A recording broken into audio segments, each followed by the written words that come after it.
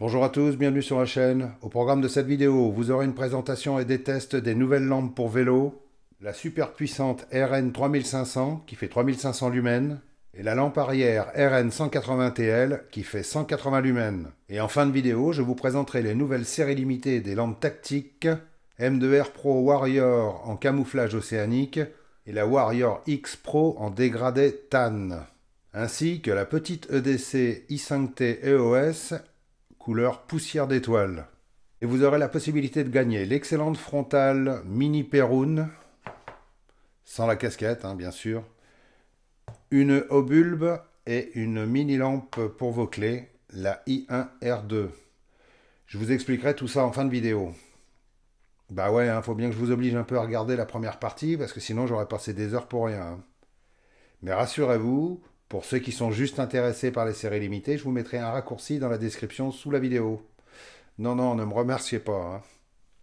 Allez, on commence par la RN 3500, parce que celle-ci, c'est du très très lourd pour les cyclistes. Alors, déjà que je m'en mêle pas dans les câbles. Voilà la lampe, et voilà le pack batterie. Alors, pour les spécifications, accrochez-vous, il faut être bien concentré. C'est une lampe qui fonctionne avec 2, 3 ou 5 LED, avec 5 modes pour chaque groupe de LED. Sur le groupe de 2 LED, elle a un mode éco qui fait 100 lumens pendant 75 heures, un mode low à 300 lumens pendant 20 heures, un mode medium à 700 lumens pendant 8 heures, un mode high à 1400 lumens pendant 4h30 et un mode flash qui va durer 15h30.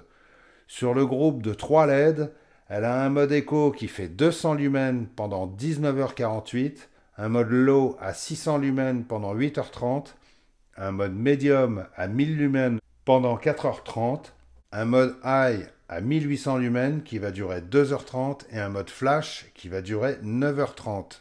En allumant les 5 LED, on a un mode éco qui fait 350 lumens pendant 17 heures, un mode low à 900 lumens pendant 6h30, un mode medium à 1800 lumens pendant 3h12, un mode high de 3500 lumens qui va durer 1h42 et un mode flash qui durera 6h30. Sa portée maximum est de 350 mètres, elle fait 31 000 candela maximum, elle est anti-choc à 1 mètre et étanche à la norme IPX5, c'est-à-dire elle résiste à de fortes pluies mais pas d'immersion. Son pack batterie est composé de plusieurs cellules de 5000 mAh, je ne sais pas exactement combien il y en a dedans. Elle est équipée de 2 ports USB à l'arrière, un pour la charge de la batterie et un pour la décharge pour s'en servir comme powerbank.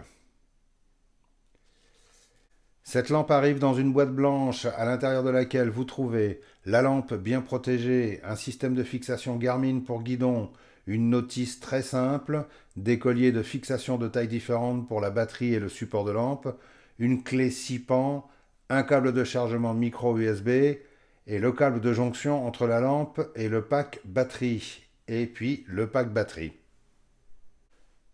Alors autant vous le dire tout de suite, avec cette nouvelle lampe de vélo, Olight a frappé très fort. Elle éclaire quasiment plus que le phare full LED de ma moto, qui pourtant fait partie des meilleurs. C'est assez étonnant d'avoir une telle puissance sur un vélo. Comme vous pouvez le voir dans le test en extérieur que j'ai fait, j'ai essayé de faire défiler les différentes puissances de chaque groupe de LED, mais ça représente quand même 15 modes. Et en roulant et en filmant en même temps, c'est pas si facile que ça. J'ai pris pas mal de risques d'ailleurs, mais vous le méritez. En tout cas, j'espère qu'on distingue bien les différences entre les groupes de LED. Par exemple, les 2 premières LED qui forment un faisceau plus concentré et qui portent un peu plus loin seront plus conseillés sur route, alors que le groupe de 3 LED qui a un faisceau qui tape un peu plus large et plus haut sera sans doute plus utile quand on fait du VTT de nuit ou de la rando sur des chemins et qu'on n'a pas peur d'emmerder les automobilistes en face. Du coup, quand on utilise les 2 groupes et qu'on balance la sauce avec les 5 LED, c'est carrément démentiel. J'ai pas d'autres termes. Franchement, honnêtement, pour moi qui roule pas mal en vélo et qui utilise les RN 400 et RN 1500 régulièrement, que je trouve déjà bien balèze, je vous invite d'ailleurs à aller voir les tests que j'avais fait sur ces lampes. Celle-ci, je vais pas souvent l'utiliser à fond, c'est monstrueux. Cette RN 3500 va faire comment dire, elle va faire beaucoup très plaisir aux VTTistes de montagne, aux grands rouleurs et aux cyclistes au long cours, hein. Parce que c'est en général le problème que rencontrent tous les grands rouleurs, tous les globetrotters qui parcourent la planète en vélo, et il y en a beaucoup, hein. C'est qu'ils sont obligés de se taper des grosses distances de nuit, et ils ont souvent des lampes qui tiennent pas la route. Donc du coup, avec celle-ci, avec sa grosse batterie, ils pourront faire vraiment des très très longues distances sans aucun problème. Au passage, je vous montre le nouveau feu arrière de 180 lumens avec fonction stop, le RN 180TL. Alors lui aussi, il est bourré de mode et super puissant. Et si on vous rentre dans le cul avec un truc comme ça, c'est que c'était volontaire, hein. Lol. Alors le fonctionnement de la lampe est relativement simple. Déjà, on va la connecter à sa batterie. Comme vous voyez, le câble est en deux parties, avec une fiche bien solide et bien étanche. Ici, vous avez un connecteur. Faut pas se tromper de sens. Voilà. Voilà. Une fois que la batterie et la lampe sont connectées, donc le fonctionnement de la lampe est très simple. Vous faites un appui bref pour l'allumer. Elle a une mémoire, donc elle s'allumera sur le mode utilisé précédemment. Ici, on est sur le mode écho sur deux LED. Les deux LED du bas. Et vous faites une pression pour monter les niveaux jusqu'au mode flash. Alors là, je suis en écho, low, medium, high, flash. Et quand je rappuie, je retombe sur le mode écho. Pour passer sur 3 LED, vous faites deux appuis brefs. Voilà. Et là, vous êtes... Les deux LED du bas se sont éteintes. Je ne sais pas si on arrivera à voir. Les deux LED du bas se sont éteintes et c'est la rangée du haut, les 3 LED du haut qui se sont allumées. Et donc, c'est le même principe. Vous faites un appui bref pour faire monter les niveaux. Là, je suis donc en mode low, en mode écho, pardon. Low, medium, high et flash. Et quand je rappuie, je retombe en low, toujours sur les 3 LED. Pour passer sur 5 LED, vous faites deux appuis brefs. Et là, vous êtes sur 5 LED en mode écho. Et la même chose, vous faites défiler les modes pour arriver jusqu'au maxi. Et là, on est à 3500 lumens. Et ensuite, vous finissez sur le flash. Voilà. Et vous faites un nouvel appui pour revenir en mode écho. Pour revenir au mode de LED, vous faites 3 appuis brefs. Et voilà. Et vous revenez sur les 2 LED. C'est un peu complexe, mais bon, c'est pas, il faut pas sortir non plus de Polytechnique pour savoir l'utiliser, hein. Et pour l'extinction de la lampe, vous faites un appui long.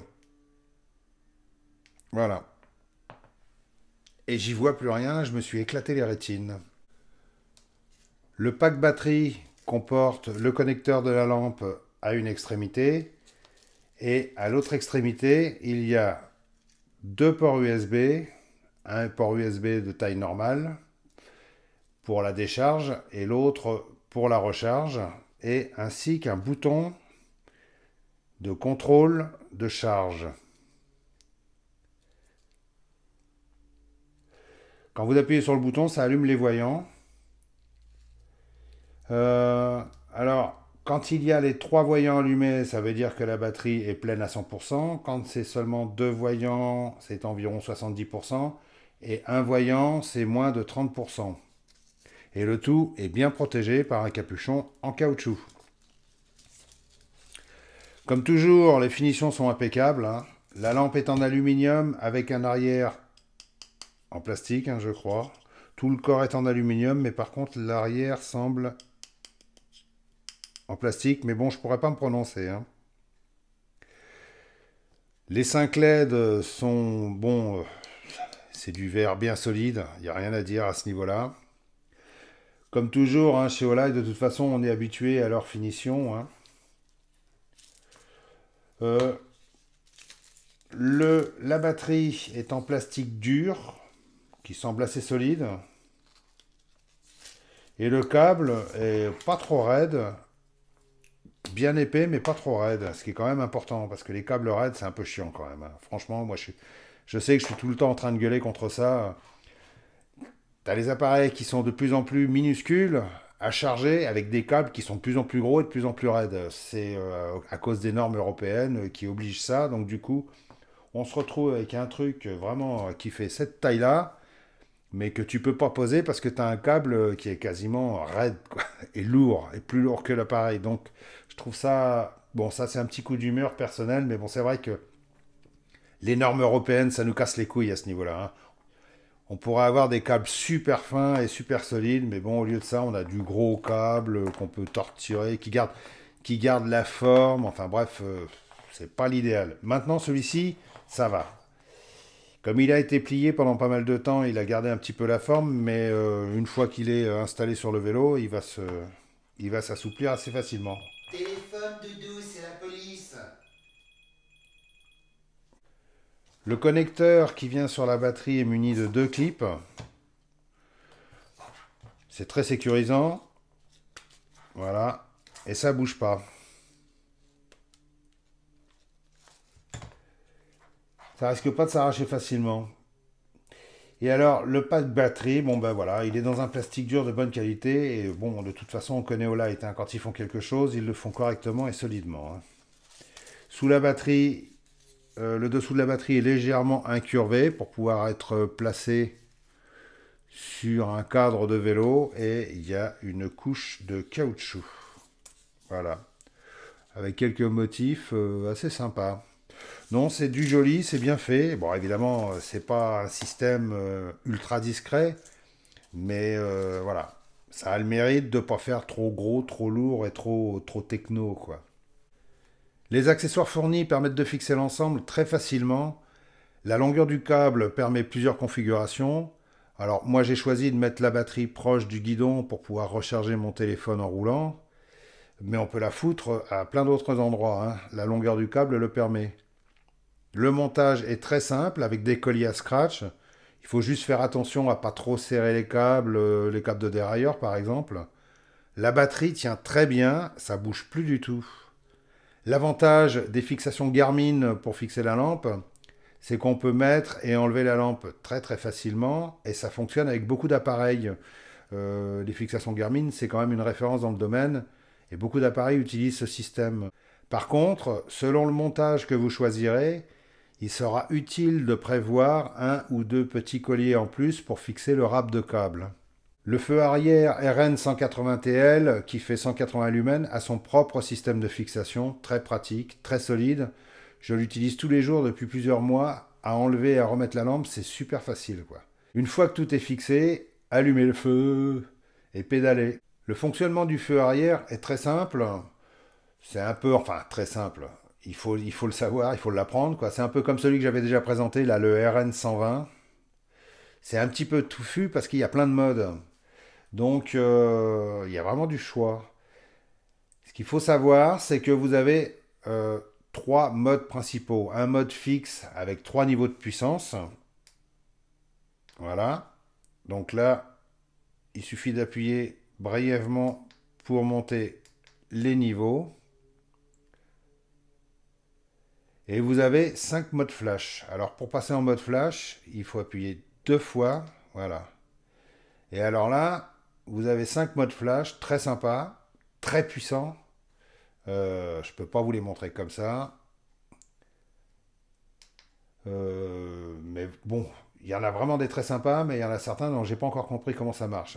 Comme par exemple l'interactive, je ne sais pas trop.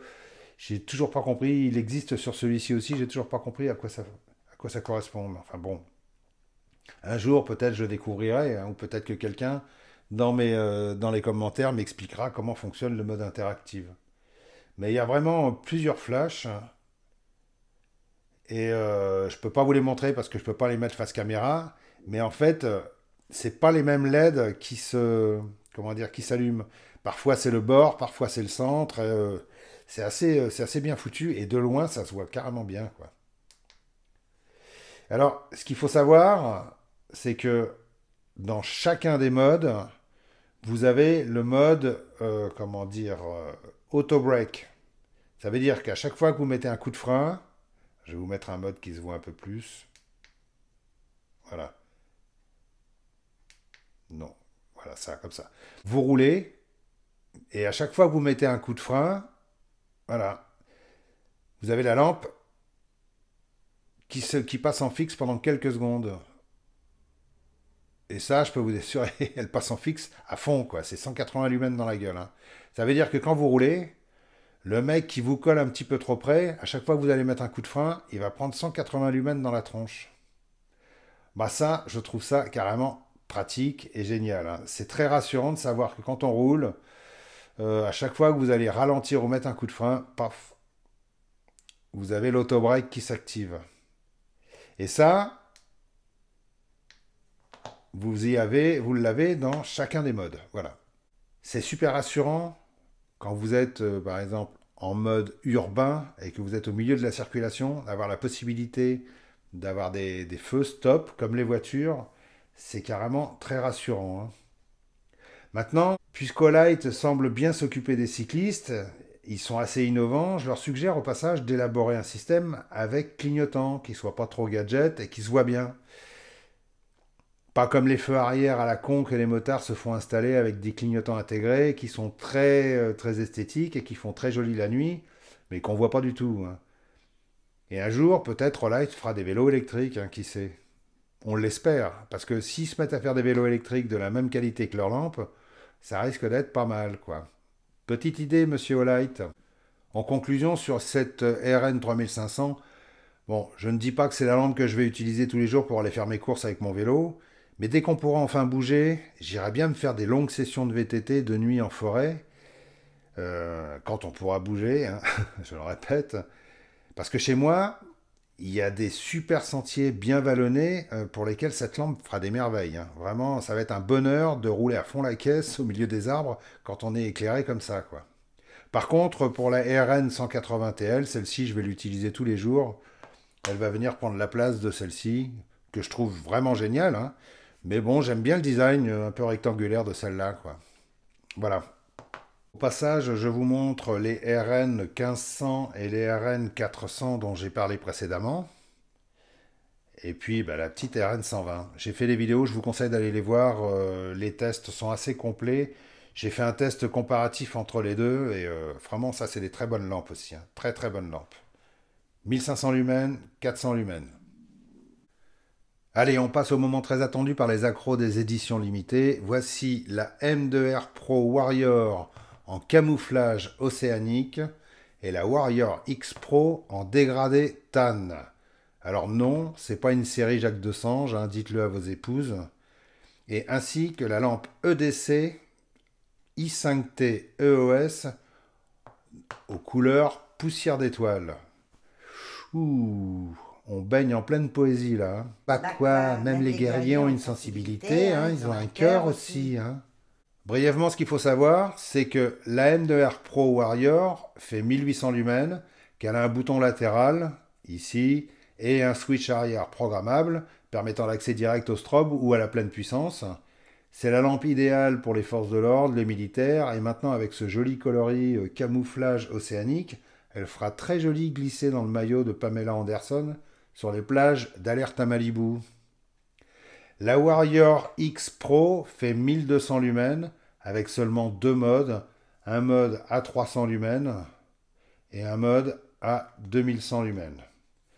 Mais elle a une portée de 500 mètres, donc pas tout à fait pour le même usage. D'ailleurs, quand on me demande souvent laquelle choisir entre la M2R Pro et la Warrior X. C'est une question à laquelle il est difficile de répondre. Maintenant, je vous montre rapidement la différence de faisceau entre ces deux lampes. À gauche, la M2R Pro a un faisceau un petit peu plus large, un peu plus diffus, alors que à droite, la Warrior X Pro, si vous regardez bien sous le pont, tout au fond, elle éclaire plus loin, quoi. Quant à la i5T EOS, bon, tout le monde la connaît, hein, c'est une des lampes les plus connues de chez Olight. Elle fonctionne sur deux modes et elle fait 180 lumens. Voilà, et elle fonctionne avec des piles AA. Alors, toutes les lampes présentées seront en vente flash avec des fortes réductions du 20-4 à 10h du matin au 21-4 à 14h. Tiens, Olight a changé ses horaires. On va savoir pourquoi. En plus, il y aura plein de trucs à gagner, des bons d'achat, etc., des cadeaux. Et puis moi, par-dessus tout ça, je vous ferai gagner, enfin, je ferai gagner à 3 d'entre vous une mini Perrone qui est excellente, hein. J'ai choisi ce modèle parce que peu d'entre vous la connaissent et c'est vraiment une bombe, hein. Et il y aura une au bulbe, très sympa aussi, et une mini lampe porte-clés, la i1R2. Voilà. Quelqu'un aura la possibilité de gagner une de ces 3 lampes. Il y aura 3 gagnants qui gagneront chacun une de ces 3 lampes. Voilà. Alors, dans quel coloris, je n'en sais rien, c'est Olight qui choisira et qui vous les enverra directement, hein. Alors, pour gagner ces lampes, les règles ont été modifiées, hein, pour changer un peu, et aussi parce que les dernières fois, sur toutes les personnes à qui j'ai permis de gagner des lampes Olight, seulement une seule m'a remercié, et les autres ont pris carrément leur cadeau sans bonjour ni merci, vas-y, hop, discretos, aucune nouvelle. Et je sais même pas s'ils les ont bien reçus d'ailleurs. Alors, je trouve ça très sympa. Donc, cette fois, je vais vous mettre un petit peu à contribution, et je vais vous demander 3 choses. Pardon, 3 choses. La première, likez et commentez cette vidéo sur cette chaîne. La deuxième, abonnez-vous à la chaîne Le Goût des Lampes si ce n'est pas déjà fait. Et la troisième, sur Le Goût des Lampes, likez la vidéo et laissez un petit commentaire pour dire ce que vous appréciez chez Olight. Bon, vous n'êtes pas obligé de leur passer de la crème, hein, non plus, hein. Vous pouvez aussi critiquer. Ça donnera un petit coup de fouet à la chaîne Le Goût des Lampes, qui s'ennuie un petit peu dans son coin, et grâce à un système de tirage au sort très élaboré par mes compères, je désignerai 3 gagnants qui prendront contact avec moi sur mon adresse mail, que j'indiquerai en dessous, et Olight leur enverra les lampes directement. Et tout ça sans obligation d'achat, bien sûr. Et c'est l'intérêt du truc, hein. Sinon, pour ceux qui sont intéressés par ces lampes et qui veulent aider la chaîne, je vous mettrai des liens affiliés dans la description. Il suffira de cliquer dessus pour passer vos commandes. Et puis, en attendant, je vous remercie pour votre patience. J'espère que cette vidéo vous a plu et que j'ai été assez clair dans mes explications. C'était compliqué, hein, cette fois-ci. De toute façon, vous trouverez aussi les détails en dessous de cette vidéo. Et puis en attendant, restez cool et éclairés. Et salut à tous et à bientôt!